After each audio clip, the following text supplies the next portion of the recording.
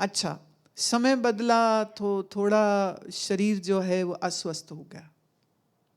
अस्वस्थ हुआ, थोड़ा समझ बढ़ी तो पता चला कि जो नहीं करना चाहिए था वो करते रहने की वजह से शरीर खराब हुआ। और फिर हमारा सत्संग सुन सुन कर कहे लगा, इस संसार में रखा क्या है, झूठ है ना, मिथ्या है। सालों जिसको आनंद समझ के भोगा हो, जिसके पीछे मन दौड़ा हो, जिसके लिए पगलाया हो, उसी संसार को ज्ञानी कहता है ये तो दुख का घर है, रोग शोक मोह का स्थान है। और वेदांत की दृष्टि से तो बिल्कुल मिथ्या, असत नहीं हम कहते, हम मिथ्या बोलते। अब यह जो अज्ञान से भरा हुआ मन है वो कहता है लो जी इतना मजा इतना सुख, और आप उसको कह रहे हो बुरा। कहाँ बुरा? 100 में से अगर हम कहें तो 99% मनुष्य उसी चमक दमक खान पान को चाह रहे हैं, उसी के पीछे भाग रहे हैं। वो कैसे गलत हो सकता है? तो इसलिए लोग संतों का सत्संग सुनते तो हैं, बट एक्चुअली कहते हैं इन विचारों को क्या पता।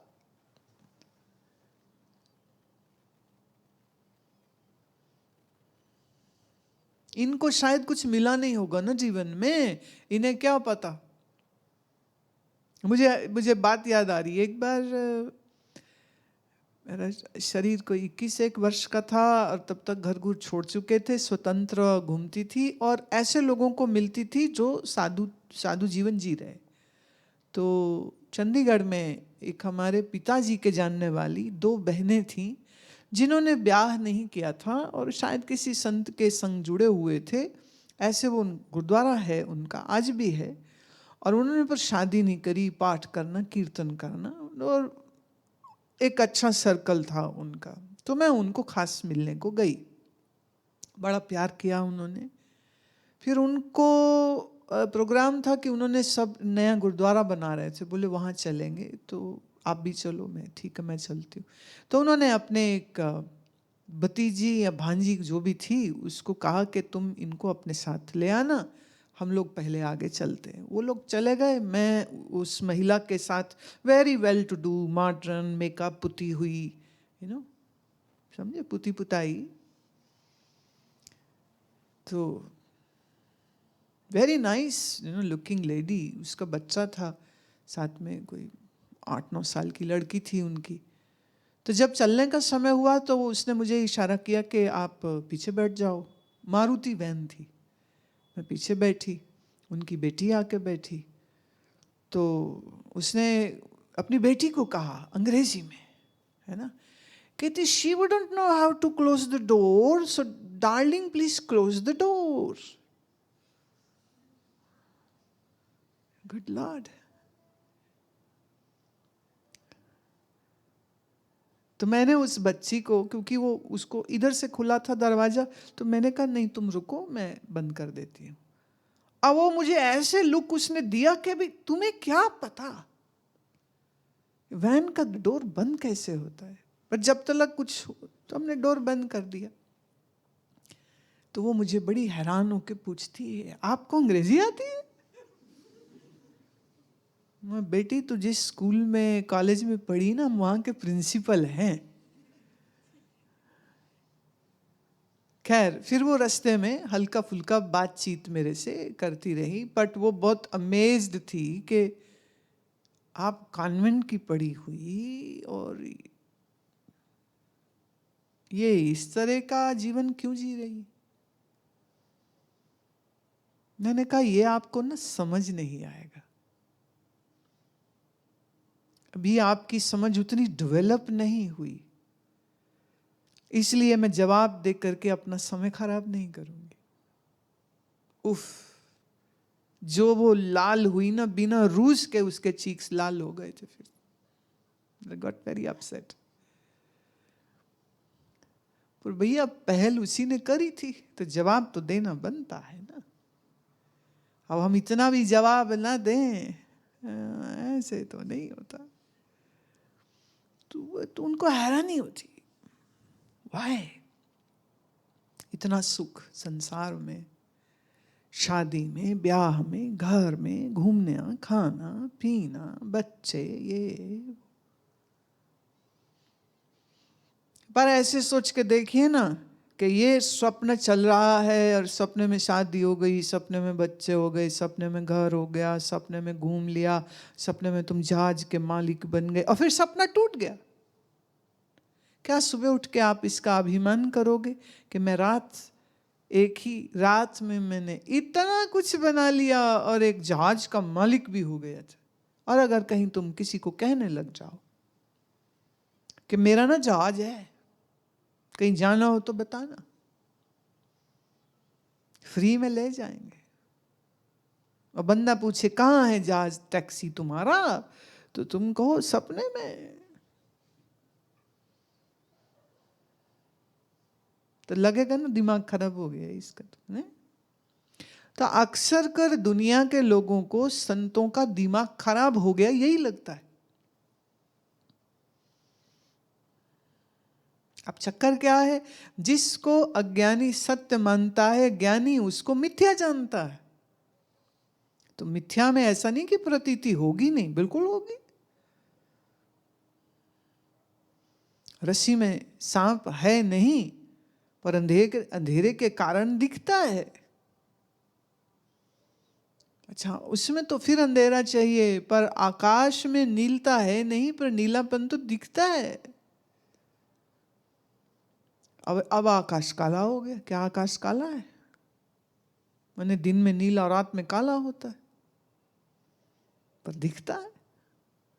देखने के बावजूद आप उसको सत्य नहीं मानते हो, पर तुम उसे असत्य भी नहीं कहते हो।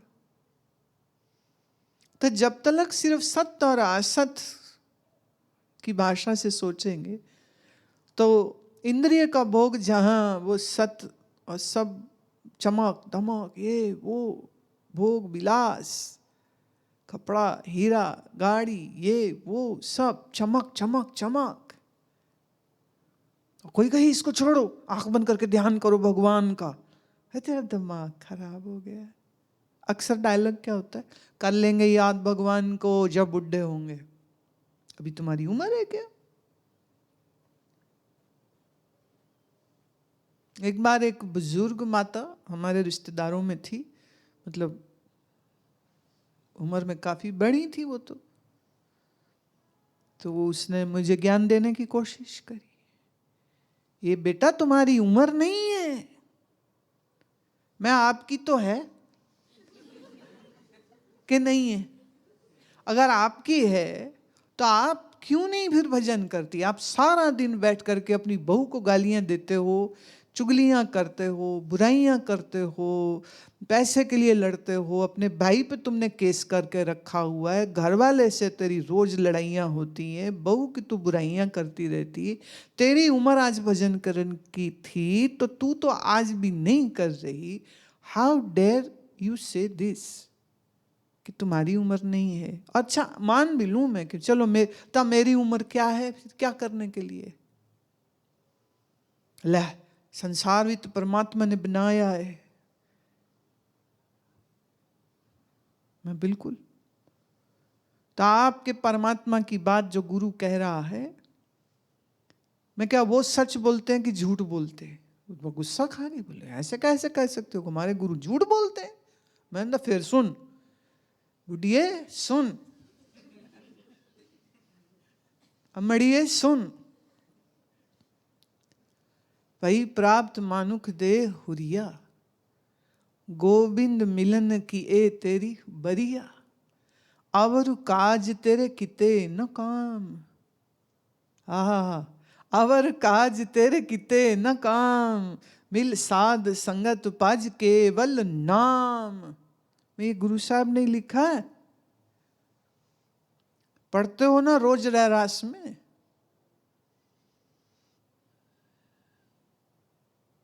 तो क्या कह रहे, और कुछ करने को मिला ही नहीं, गोविंद का भजन करने को मिला है, तो मैं क्या, मैं तो तुम्हारे गुरु की आज्ञा मान रही हूं, तो मुझे समझाने की कोशिश भी मत करना, जा अपने गुरु को समझा जाके। उन्हें उन्हें क्या क्या कहा, गोविंद मिलन की ये है तेरी बरिया, बरिया माने मौका, गोविंद को मिलने का ये मौका।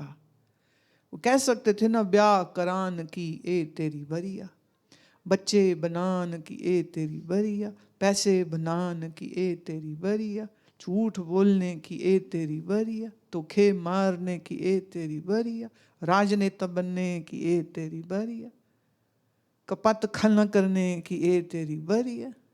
महाराज ने क्या लिखा है? आहा, महाराज ने क्या लिखा है? गोविंद मिलन की ए तेरी बरिया।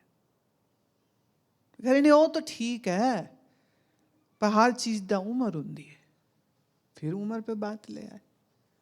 मैं माता 5 साल की उम्र का गधा गधा 20 साल का हो जाए तो भी गधा गधा। हाँ, उम्र बढ़ने से अकल आ जाएगी क्या? तो जो रागी द्वेषी संसार के भोग में लिप्त जो मनुष्य है, उसके लिए संसार ही सत्य है, परमात्मा करे पता नहीं है कि नहीं है, डर के मारे कहेंगे है, पर बेईमानी करते समय, पाप करते समय क्या लगता उनको कि भगवान है?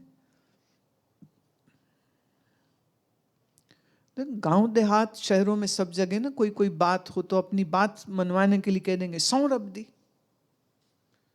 मैनू बाबे दी सौ लगे। माफ करना, ऐसा मानते हैं कि झूठी सौ, कसम, सौ माने कसम खाओगे तो जिसकी खाओगे वो मरेगा। अब बाबा की खा रहे हैं, बताओ। अब बाबा शरीर से तो है नहीं ना, खा लो। एक ने कहा अपनी मां की खा, बोले क्यों, तू खा। वो कई फिर ऐसे ढीठ होते हैं, वो माँ की भी खा जाएंगे, बाप की भी कसम खा जाएंगे, झूठ फिर बोल जाएंगे। एक ने कहा चल तू अपनी खा, बोले अपनी खा लेने।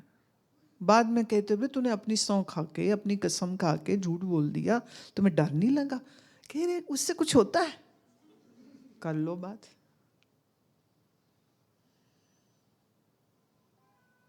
तो आदमी कैसे फिरकी घुमाता है ना, जिस संसार को वो सत्य मान के उसको भोगना चाहता है, पकड़ना चाहता है, लेना चाहता है, पास रखना चाहता है, ज्ञानी कहता है वो संसार मिथ्या, मिथ्या के बाद क्या पकड़े और क्या छोड़े।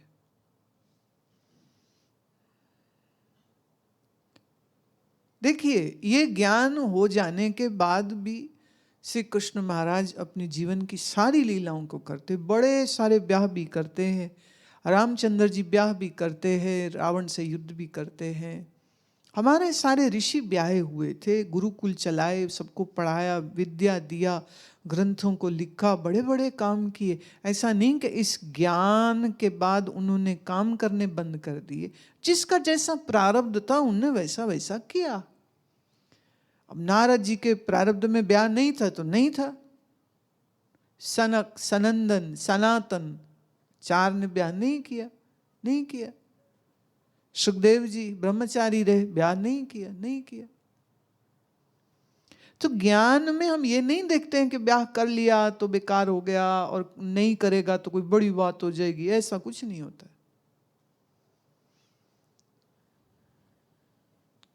पर अगर ज्ञान प्राप्त कर लिया है तो कोई फर्क नहीं पड़ता, पर ज्ञान प्राप्त नहीं किया है तो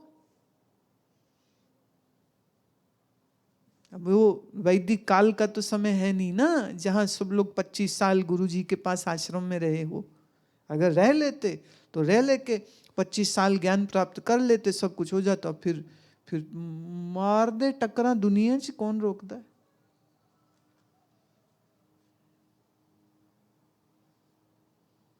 बेल लो जो पापड़ बेलने दुनिया के।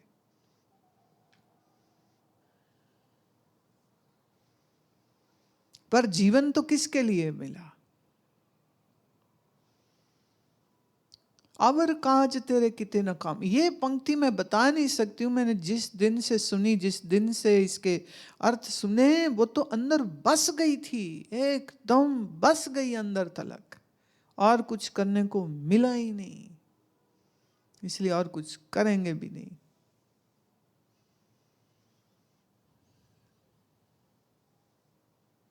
क्लैरिटी की बात है ना। अगर बुद्धि है तो